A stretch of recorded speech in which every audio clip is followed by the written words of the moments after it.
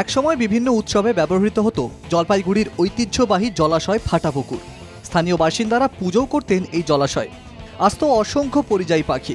রক্ষণাবেক্ষণ ও সংস্কারের অভাবে ধীরে ধীরে লুপ্ত হতে চলেছে এই পুকুর। এমনকি পুকুর বুজিয়ে হোটেল ব্যবসা চলছে বলেও অভিযোগ। কচুরি পানা ও বিভিন্ন হোটেলের আবর্জনায় ভর্তি হচ্ছে জলাশয়টি। পুকুরের বেহাল দশা নিয়ে প্রশাসনের উদাসীনতাকেই দায়ী করছেন এলাকাবাসী।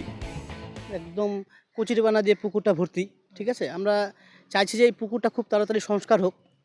সরকার যদি কোনো রকম একটা পার্ক হওয়ার কথা ছিল, এখানে পার্ক না হলেও কমপক্ষে পুকুরটা তো পরিষ্কার হোক, আমরা এইটুকু চাইছি সরকারের কাছে। পুকুরের এই বেহাল দশার জন্য শাসক শিবিরকেই দায়ী করছে বিরোধী শিবির। একটা পুকুরে একটা বিশাল ঐতিহ্য ছিল।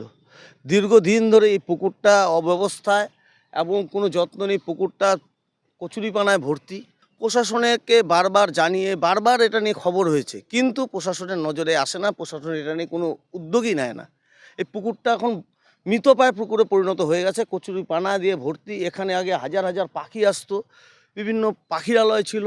রক্ষণাবেক্ষণের অভাবেই যে জলাশয়ের এই বেহাল দশা তা কার্যত স্বীকার করে নিয়েছে শাসক শিবির।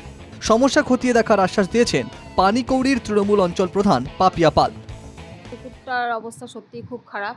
আগে পুকুরটা আমি ছোটোবেলায় দেখেছি অনেক পরিষ্কার ছিল এবং পরিযায়ী পাখিরাও আসতো। এখন কচুরিপানা দিয়ে নানা রকম জঙ্গল দিয়ে পুকুরটা একেবারেই অবস্থা খারাপ।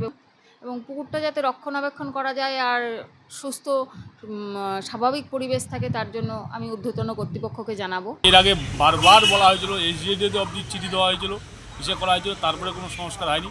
আর এখানকার যে দোকানদার হোটেলগুলো আছে, ওরা প্রতি বছর বছর মাটি খুঁড়তেছে আর পিছনে দোকান বাড়াচ্ছে, মাটি খুঁড়তেছে আর বাড়াচ্ছে। তো এতে আমাদের মানে এই ফাটাপুরে যে একটা ঐতিহ্যবাহী পুকুর, সেটা নষ্ট হয়ে যাচ্ছে।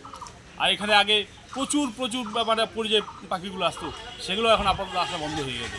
তো আজ সেই পুকুরের জল কোনো কাজেই ব্যবহার করা যায় না, এমনকি পুকুরে নামাও যায় না, যার ফলে দিন দিন কিন্তু এই পুকুরের অস্তিত্ব নষ্ট হচ্ছে। প্রশাসন দেখেও যেন না দেখার ভান করছে। ফাটাপুকুর থেকে পরিতোষ রায়, NKTV বাংলা।